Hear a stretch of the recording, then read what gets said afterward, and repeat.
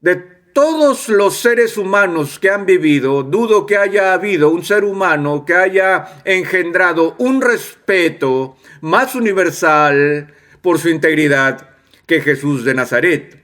De hecho, el mundo elogia tanto a Jesús que la pregunta que me queda es esta: ¿por qué, si él era una persona tan maravillosa y tan amorosa y amable y compasiva, ministrando a todo tipo de enfermos y marginados, y una especie de Madre Teresa de su propia generación y aún más, ¿por qué lo mataron?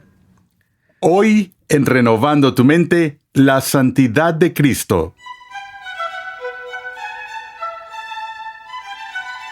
Bienvenido a Renovando tu Mente con el Dr. R.C. Sproul, mientras concluimos una edificante serie de enseñanza de 6 lecciones titulada La Santidad de Dios.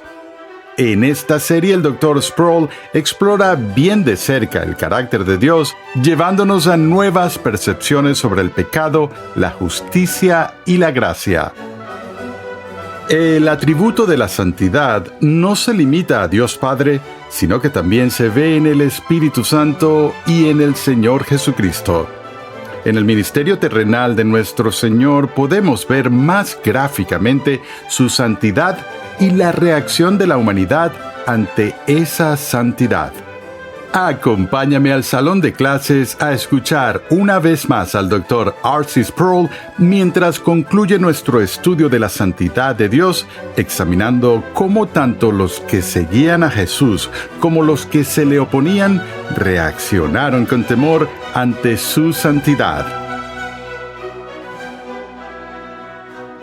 El otro día hablaba con un señor que había dado un mensaje en una universidad y en medio de su discurso fue interrumpido por unos estudiantes hostiles. Estaba hablando de Cristo y en medio de su discurso alguien gritó: ¿a quién le importa?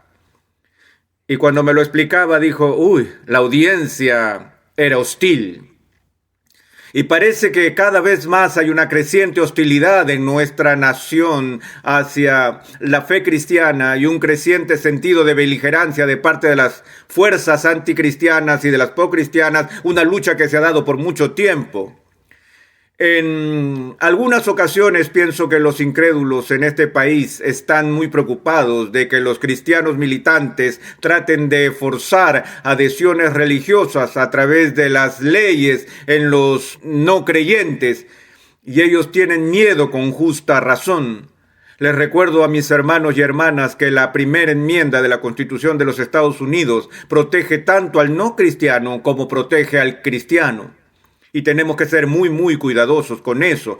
Pero a menudo existe este sentido de molestia y hostilidad dirigido contra los cristianos, contra los ministros, los teólogos, los televangelistas y así sucesivamente.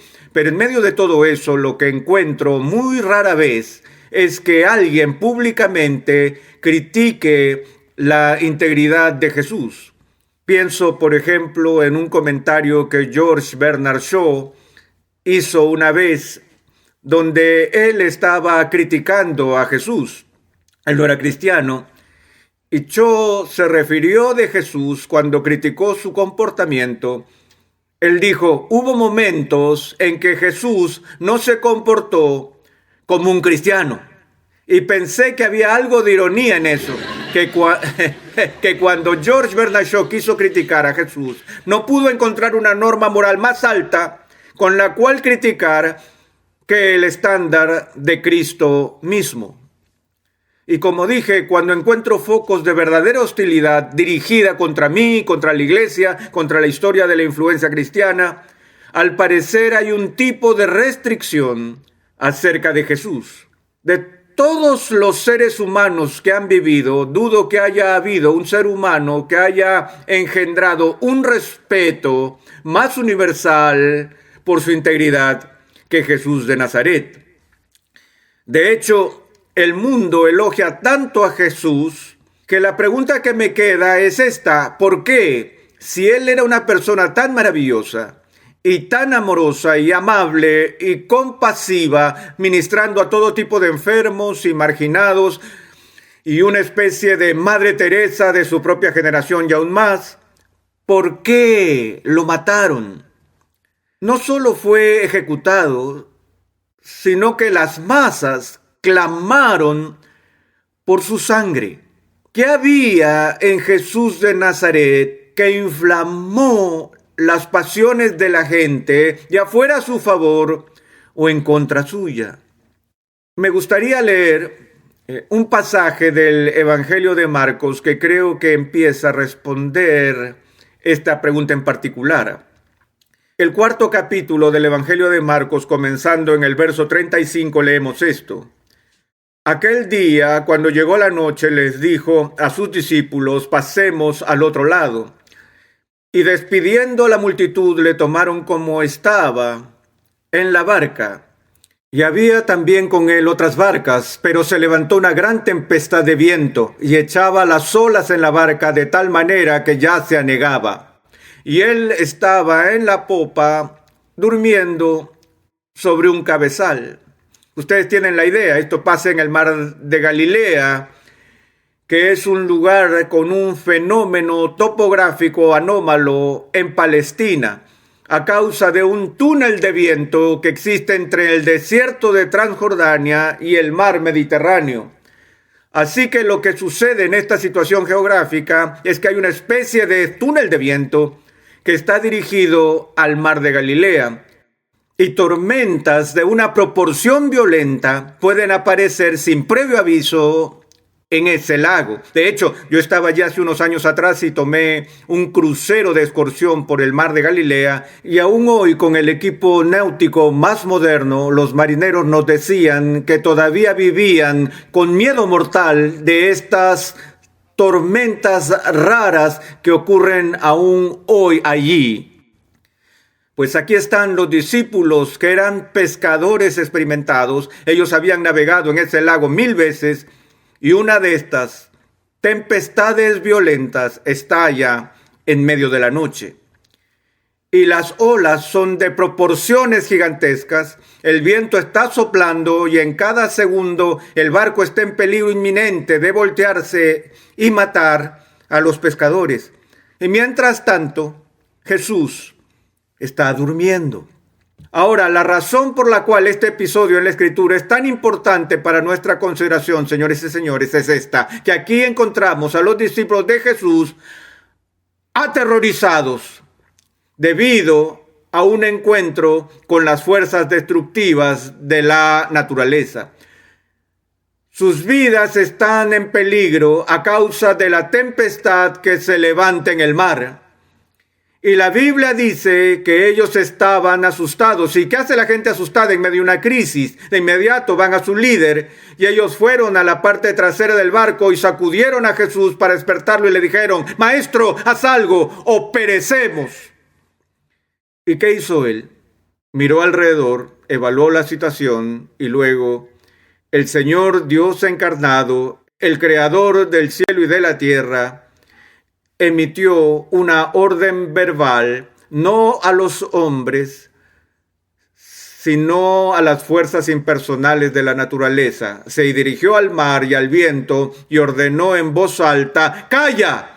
¡Enmudece! Y al instante la respuesta del cosmos, en obediencia, se dio así. El mar se volvió como en vidrio y el viento era tan tranquilo que no había ni una brisa en el aire. Ahora, lo que captó mi atención en esta narración es la siguiente línea. ¿Cuál es la respuesta de los discípulos cuando Jesús elimina la amenaza clara y presente de la naturaleza? ¿Acaso dice que lanzan sus gorros al aire de alegría y dicen: ¡Oh, sabíamos que lo harías! No.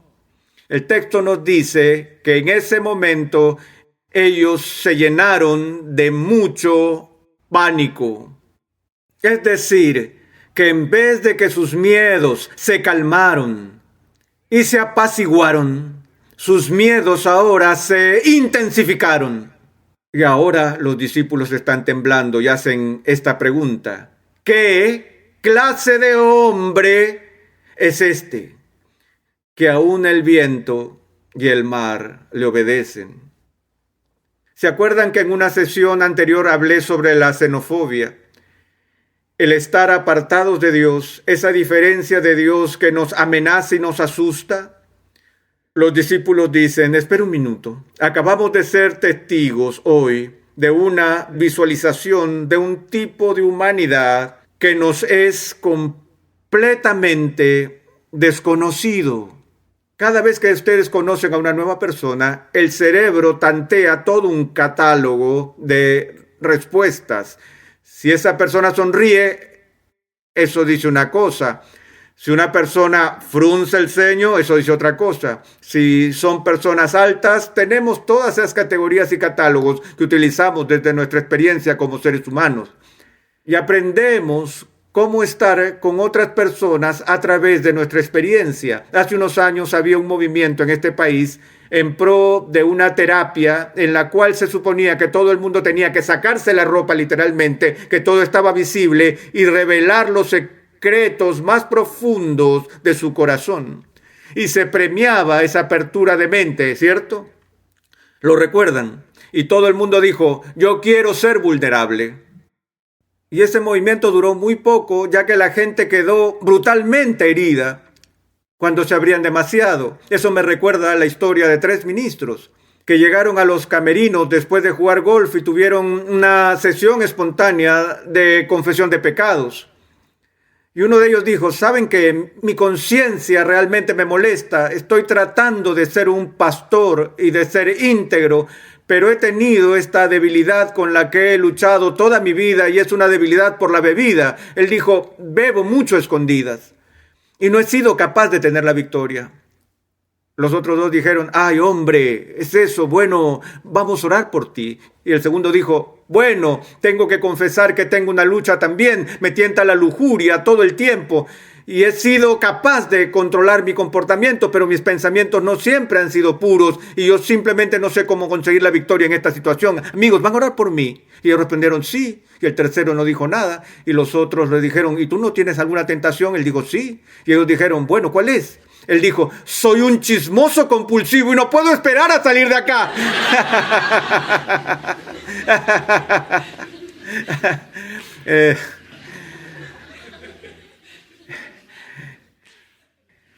Era mucho para ser vulnerables. La razón por la que somos tan cerrados y tan cuidadosos en no abrirnos con los demás y mostrarnos tal como somos es porque cada uno de los que están en esta sala ha sido traicionado.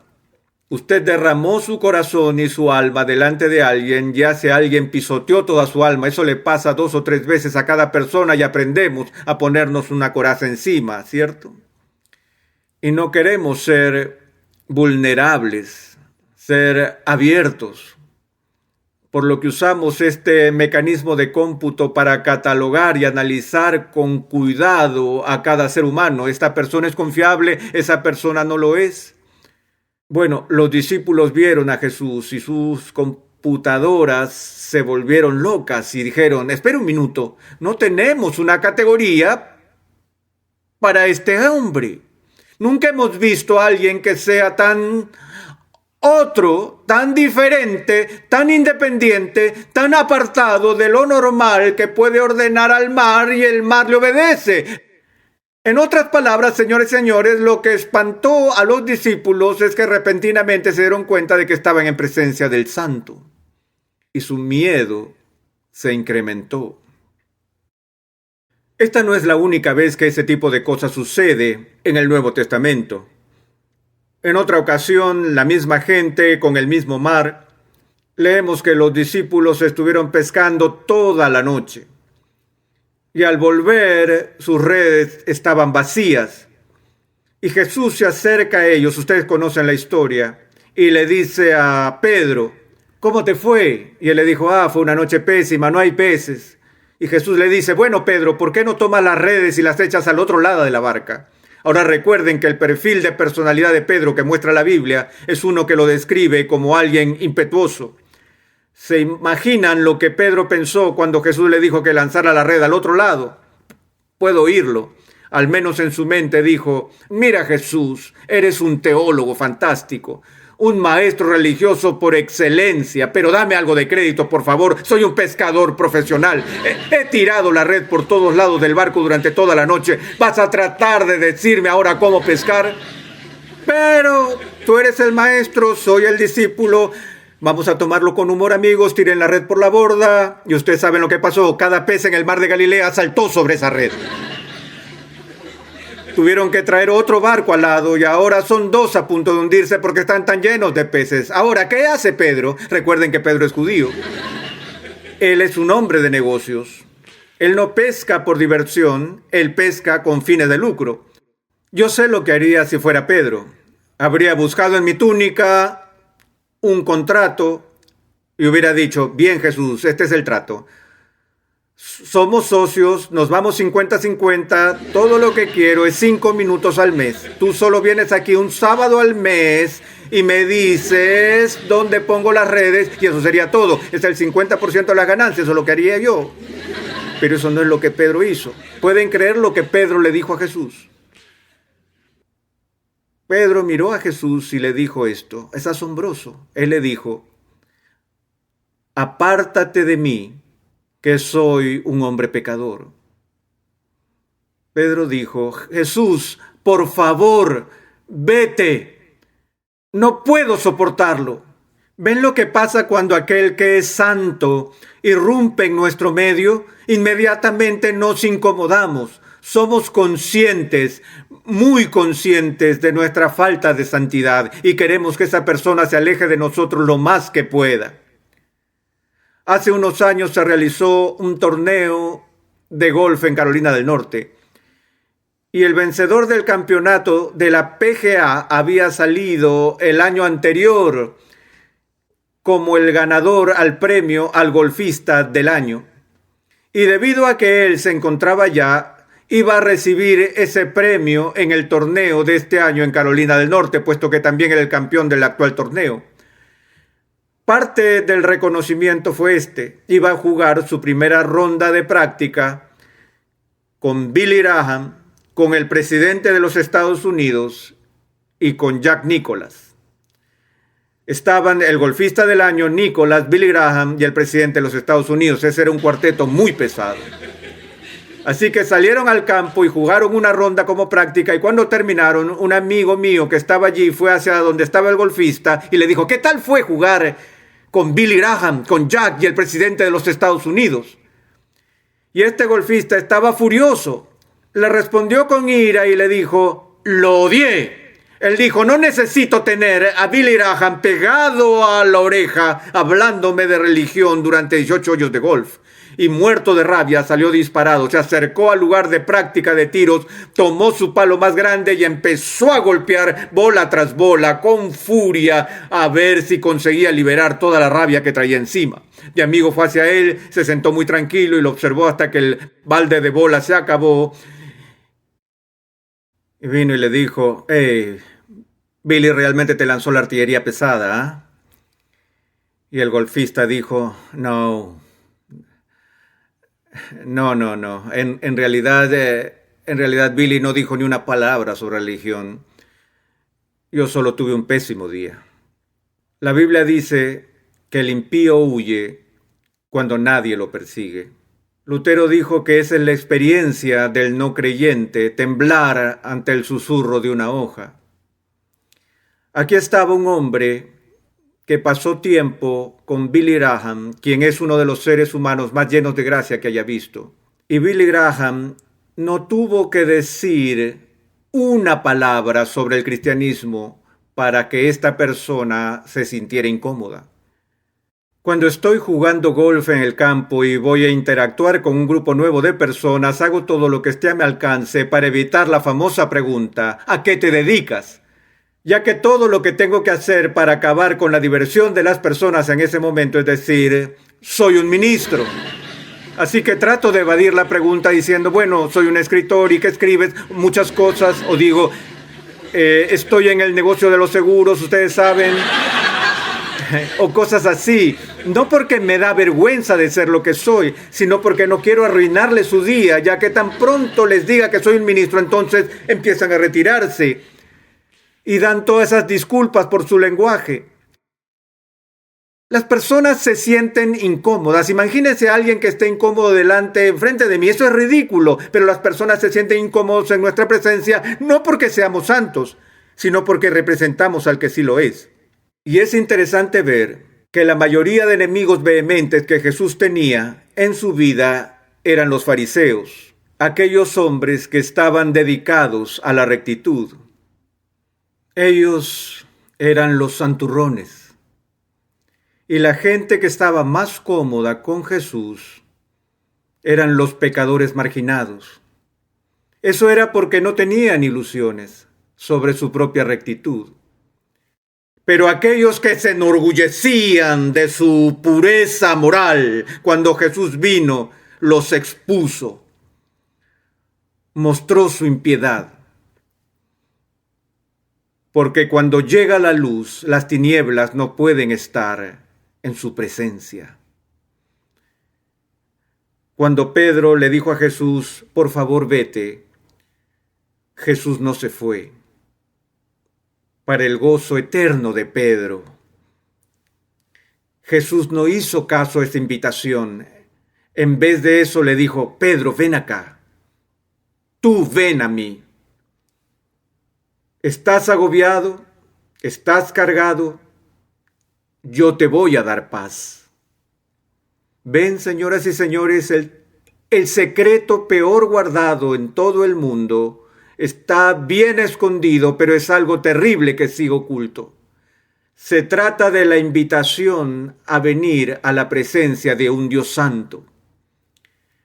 Sartre dijo en sus escritos que la última cosa que él hubiera querido hacer era presentarse ante la mirada implacable de un Dios santo. Sin embargo, David, después de haber sido sometido al escrutinio de Dios, le dijo al Señor, examíname, oh Dios, y conóceme. El secreto que el cristiano lleva a todas partes con él es el conocimiento de que el único lugar donde realmente podemos ser vulnerables, el único lugar donde podemos estar cómodos, donde podemos estar desnudos sin temor, es en la presencia de Cristo.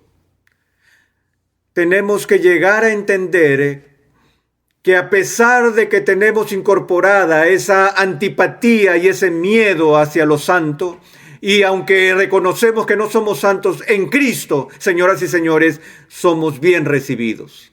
El apóstol nos dice que los primeros frutos de la justificación de una persona son dos cosas: la paz con Dios y el acceso en su presencia.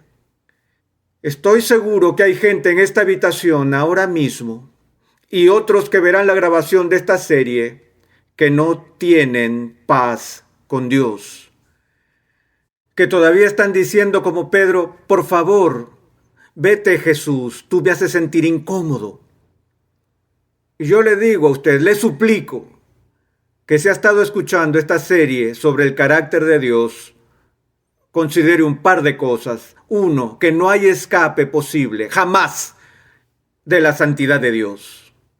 Vas a tener que tratar con Él ahora o en algún momento. Por lo que le pido que ahora mismo lo resuelvas.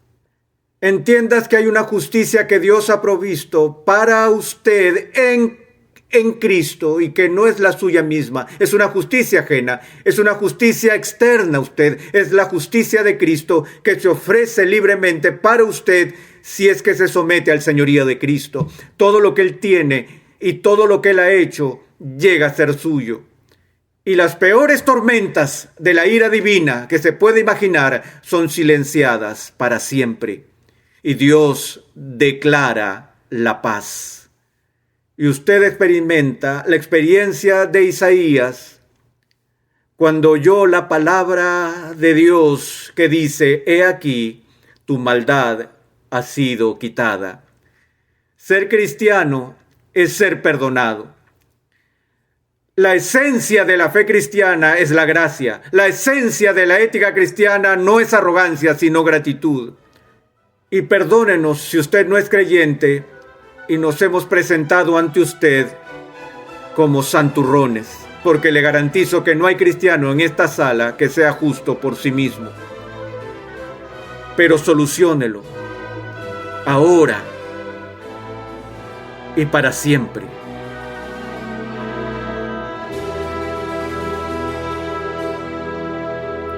Hoy hemos sido confrontados con la santidad de Dios y es nuestra esperanza y oración que puedas experimentar la paz con Dios a través de la justicia que solo Cristo provee.